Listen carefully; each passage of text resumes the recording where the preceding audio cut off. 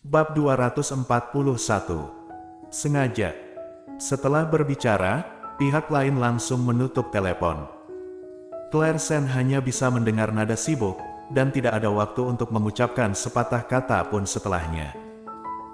Setelah tinggal sebentar, Claire Sen meletakkan teleponnya, lalu menghela nafas.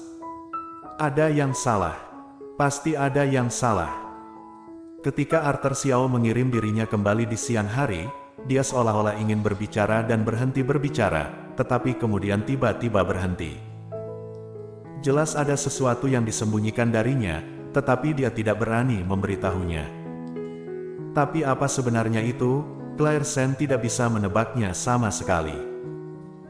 Lupakan saja, Golden Ye tiba-tiba mengundurkan diri dari pertemuan dan pergi sepanjang hari. Apa artinya ini? Ada hal-hal yang sangat penting untuk dia tangani, meskipun dia tidak tahu apa itu.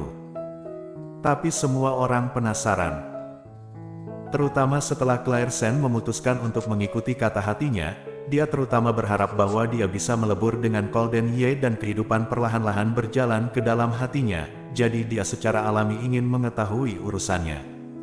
Tapi, dia tidak punya petunjuk, tidak ada cara untuk menemukannya sama sekali. Lupakan saja, mari kembali dan menunggu.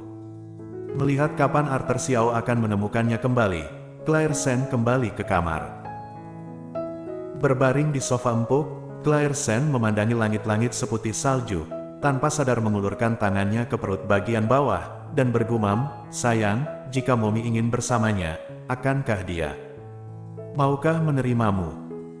Claire Sen tahu bahwa anak di perutnya belum terbentuk, dia tidak bisa mendengar apa yang dia katakan, tetapi dia masih berharap Golden Ye dapat menerima anak ini. Memikirkan hal ini, Claire Sen tersenyum sedikit. Alis lembut Davin Ye tiba-tiba muncul di depan matanya, itu membuat Claire Sen terkejut. Bagaimana dia bisa memikirkannya saat ini? Dia menggelengkan kepalanya tiba-tiba. Dia ingat mimpinya semalam. Hanya seorang wanita sepertimu, apakah juga layak untuk cintaku yang dalam?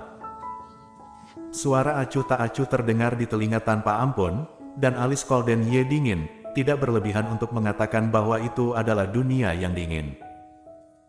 Tiba-tiba, Claire Sen merasa bahwa dia sedikit delusi, dia hamil dengan anak laki-laki lain, tetapi dia benar-benar berharap Golden Ye menerimanya. Apa itu mungkin? Perhatian, semuanya delusi dan obsesif. Suasana hati Claire Sen merosot ke dasar, bangkit dan kembali ke tempat tidurnya, dan berbaring tanpa tidur. Baru setelah langit cerah, Claire Sen tertidur dengan mengantuk. Ketika dia bangun lagi, sudah hampir tengah hari. Claire Sen berbalik dan matahari bersinar terik di luar jendela. Dia bangkit dan melirik telepon. Saat itu jam 10, dan telepon tergeletak diam-diam tanpa berita apapun. Arthur Xiao belum meneleponnya kembali. Claire Sen melihat sekeliling lagi, dan itu masih kosong. Golden Ye, dia belum kembali. Setelah memikirkannya, Claire Sen menelepon Arthur Xiao lagi. Setelah ujung yang lain terhubung, suara Arthur Xiao terdengar lelah. "Nyonya muda kedua, Arthur Xiao, Golden Ye. Bagaimana kabarnya? Apakah kamu menemukannya? Tuan muda Ye ada di perusahaan sekarang." Mendengar bahwa dia ada di perusahaan, hati Claire Sen yang menggantung akhirnya terlepas. Dia mendengar dirinya menghela nafas lega, dan kemudian berkata, "Itu bagus." Arthur Xiao di sisi lain ragu-ragu dan bertanya, "Nyonya muda kedua, bukankah kamu menunggu Tuan muda Ye semalaman, kan?" Claire Sen tertegun sejenak dan segera pulih, lalu tersenyum kecil. "Kenapa?"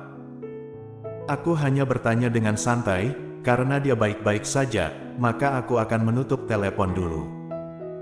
Setelah berbicara, Claire Sen langsung menutup telepon sementara Arthur Xiao tidak bereaksi. Setelah menutup telepon, Claire Sen menatap telepon dengan linglung, dan kemudian berbaring kembali di tempat tidur. Apa yang dia pikirkan? Dia tidak berhasil pergi kemanapun dia suka, dan dia juga tidak memenuhi syarat untuk mengelolanya. Claire Sen hanya berbaring di tempat tidur lagi, menatap langit-langit dengan linglung. Golden Ye menolak untuk membiarkannya pergi ke perusahaan, jadi dia hanya tinggal di kamar dan tidak pergi kemanapun. Dan dia menunggu sepanjang malam, keluhannya mendalam, dan dia benar-benar tidak ingin melihat Golden Ye lagi saat ini. Setelah waktu yang lama, telepon berdering. Claire Sen tampaknya tiba-tiba terkejut, dan dengan cepat mengeluarkan ponselnya. Dia pikir itu adalah panggilan dari Golden Ye. Ketika dia melihat nama Sally Han ditampilkan di layar, dia tidak kecewa, tetapi bersemangat. Sally. Dia ingin menghubunginya sejak awal, tetapi dia tidak tahu bagaimana berbicara dengannya. Kebetulan Sally datang ke pintu, dan dia juga bisa mengatakan hatinya. Claire. Setelah beberapa hari absen, suara Sally Han terdengar sedikit lelah, dan suaranya serak, seolah-olah dia baru saja menangis. Claire Sen tertegun sejenak, dan kemudian bertanya, "Ada apa dengan suaramu?" "Tidak, tidak ada." Nada suara Sally Han terdengar sedikit bingung, dan kemudian dia tertawa kecil. "Claire, sepertinya hubungan kita telah memudar akhir-akhir ini, kamu dan Gita." Berbicara tentang ini, Claire Sen juga merasakan sesuatu di hatinya.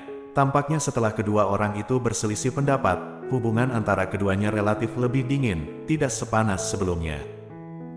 "Hubungan antara aku dan dia tidak menghalangi kita untuk berteman," Claire Sen menjelaskan dengan lembut. "Tapi, dia terlihat sangat memusuhiku. Jika dia mempengaruhi persahabatan di antara kita, apakah kamu akan terus berteman dengannya?" "Aku..." Claire Sen terdiam, tidak pernah menyangka bahwa Sally Han akan benar-benar mengatakan itu. Apakah ini tujuan panggilannya hari ini? Tepat ketika Claire Sen sangat bingung sehingga dia tidak tahu bagaimana menjawab pihak lain, Sally Han mengambil inisiatif lagi. "Lupakan saja, aku tidak datang kepadamu hari ini untuk menanyakan tentang dosa-dosamu. Aku ingin mengajakmu keluar untuk menghidupkan kembali masa lalu, dan..." "Sally bukanlah orang yang pelit. Aku tahu bahwa aku bukanlah satu-satunya orang di lingkaran temanmu. Pasti ada orang lain, dan aku tidak akan menyalahkanmu."